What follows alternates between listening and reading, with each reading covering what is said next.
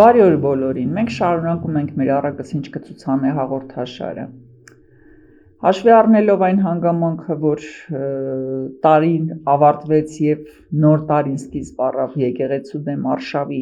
օպերացիայի ներքո եւ թեման շարունակում է թեժ մնալ եւ լինել պահպանել իր ակտուալությունը, երևի թե այսօր ես կպատմեմ ձեզ ինչպես էր վարվում եկեղեցու հետ Իոսիֆ Ստալինը եւ ինչ ավարտի բերեց այդ արշավը։ Ինչպես բոլորս գիտենք, Իոսիֆ Ստալինը սովորել է հոգևոր ակադեմիայում եւ տարբեր վարկածներ կան, ինչի պատճառով նա հեռացվել է այնտեղից եւ միացել է հեղափոխականներին, դարձել է հեղափոխական եւ նրա հաջորդիվ ճակատագիրը ձեզ բոլորիդ քաջ ծանոթ է։ Սակայն դառնալով երկրի սովետական միության առաջնորդ Իոսիֆ Ստալինը շատ լուրջ լայնամասշտաբ արշավ է կազմակերպում եկեղեցականների դեմ եւ եկեղեցու դեմ։ Իրականում դա սկսել էր Լենինը, համարելով, որ կրոնը խոչընդոտում է հասարակության զարգացմանը եւ այդ լոզունգների ներքո նրանք փորձում էին մութ մասային կտրել եկեղեցուց, սակայն այդպիսի հաջողություններ չէին գրանցում, ինչպիսին ակնկալվում էր, որովհետև կրթությունը մի քիչ ավելի բարդ process է կրթություն ստանալը, քան պատարակներին մասնակցել, այնուամենայնիվ այնտեղ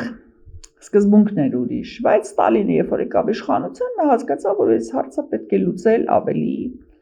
կարդինալ ձևով եւ անցավ եկեղեցու ոչնչացման գործընթացին, այսինքն ձերբակալվում էին եկեղեցականներ, բնական է, որ նրանց աքսորում էին Սիբիր, շատերին ենթարկում էին խոշտանգումների, փակվում էին եկեղեցիներ, այդ թվում նաև իդեպ Հայաստանում, ու ամենահայտնի դրվագներից մեկը դա Սուրբ Պողոս Պետրոսի եկեղեցու ոչնչացումն էր, որի տեղ հիմա կինո Մոսկվան է, ուղղափառ եկեղեցու Սուրբ Նիկոլայի եկեղեցին է, մի խոսքով, այսինքն կրոնը նրանք փորձում էին հավասարեցնել այսպես թողի հետ, բառից բուն իմաստով։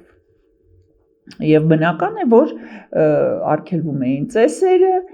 եկեղեցականներին ենթարկում էին խոշտանգումների, աքսորի եւ զրկում էին նրանց աշխատելու հնարավորությունից, եւ այդ գործընթացը տևեց գրեթե 10 տարի, մի քիչ 10 տարուց, եւ երբ որ եկավ 1941 թվականը եւ նացիստական Գերմանիան ներխուժեց, եթե հիշում եք Իոսիֆ Ստալինի հայտնի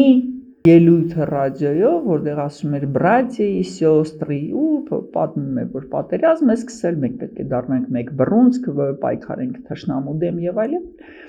Որոշ վերլուծաբաններ, ու ես հակված եմ նրանց կարծիքը կիսել, համարում էին, որ այդ բրատիի и սյոստրը նա նկատի ուներ ոչ միայն իր քաղաքացիներին, այլ ընդգրկում էր իր, այսպես շառավիղի մեջ նաև հավատացյալներին եւ եկեղեցականներին, որտեղ հավատացյալների թիվը միգուցե եւ նվազեց, բայց դա այն կտրուկ թիվը չէր, կտրուկ նվազումը չէր, որը ակնկալում էր եւ դա իշխանությունները շատ լավ հասկանում էին, որ մարդիկ իրանց խաչերը պահում էին իրանց շորի տակ, նրանք աղոթքները ասում էին իրանց տանը փակված, այսինքն նրանց կապը կրոնի հետ չէր կտրվել։ Դրա վառապացույցը հանդիսանում է այն, որ երբ որ սովետական միությունը փլուզվեց եւ արդեն կարելի էր գնալ եկեղեցի, կնքվել եւ այլ, բարձր ամբողջ սովետական միության հասարակությունը կրոնապաշտ է։ Այսինքն այն ժամանակվա ժողովուրդը ոչ միայն պահպանել էր իր հավատքը եւ հավատարմությունը եկեղեցու նկատմամբ, այլ նաեւ փոխանցել է դա սերնդեսերունդ։ Լավ, վերադառնանք Ստալինին։ Երբ որ իրավիճակը արդեն դուրս էր գալիս հսկողության տակից եւ Գերմանիան առաջ էր գալիս, իսկ սովետական բանակը նահանջում էր, երբ որ օկուպացված էր սովետական միության եվրոպական հատվածի զգալի մասը, Ստալինը հասկացավ, որ նրան անհրաժեշտ են այդ օկուպացված տարածքներում մարդիկ, ուժեր, որոնք կարողանան պահպանել այդ կապը օկուպացված տարածքում մնացած բնակչության եւ կենտրոնի միջև։ Եվ այդ կապը իհարկե հանդիսանում էր եկեղեցին։ Ոստեղ շատ կարևոր բան եմ ուզում նշել, հա, եկեղեցականները կարող էին հրաժարվել, ասեն դու մեզ հալածել ես, դու մեզ խոշտանգել ես, դու մեզ արգելել ես, դու մեր արյան եւ ոսկորների վրա ապարել ես, մենք քեզ օգնելու չունենք, մենք աչքներս քաշած մեր գործն ենք անում, մեր այն հատվածը, որը մեզ հայա մնացել, մենք այդտեղ մեր աղոթքները կանենք, իսկ դու գիտես ոնց։ Եկեղեցին նման բան իհարկե չարեց։ Նրանք հասկանում էին, որ Ստալինը անցողիկ է, իսկ երկիրը, պետությունը, պետականությունը դա հավերժ է։ Եվ այդ կապը հաստատվեց հենց եկեղեցու միջոցով, այսինքն օկուպացված տարածքներում գտնվող եկեղեցիները, գտնվող հոգևոր հայրերը, գտնվող այդ հոգևոր ինֆրաստրուկտուրան, հա, դրա միջոցով նրանք առաջի հերթին կապ էին պաշտպանում եւ հույս էին հայտնում օկուպացիայում գտնվող բնակիչներին, որ սա ժամանակավոր է, որ բանակը կգա, որ ձեզ կազատագրի եւ դրա հետ զուգահեռ եկեղեցին շատ լուրջ պարտիզանական գործունեություն էր ծավալել։ Ասածս ինչ է, որ գալիս է մի պահ ու դա հաստատված փաստ է, հա, երբ որ անգամ եթե դու մերժում ես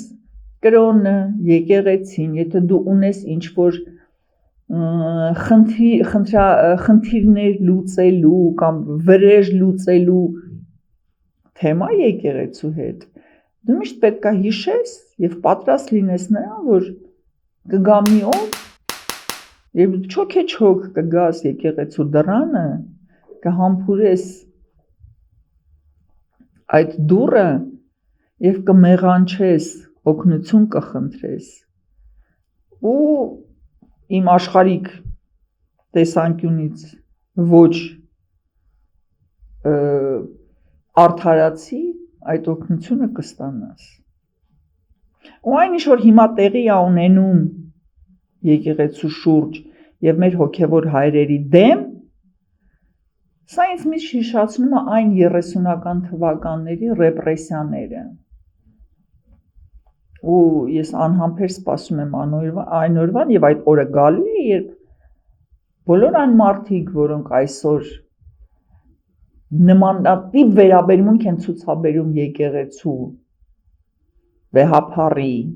մեր կրոնի եւ հավատքի դեմ, մի օր գալու են ծնկաչոք ու չզղջալով իրենց արածի համար օգնություն խնդրեն ու կստանան։ Մնաք բարով։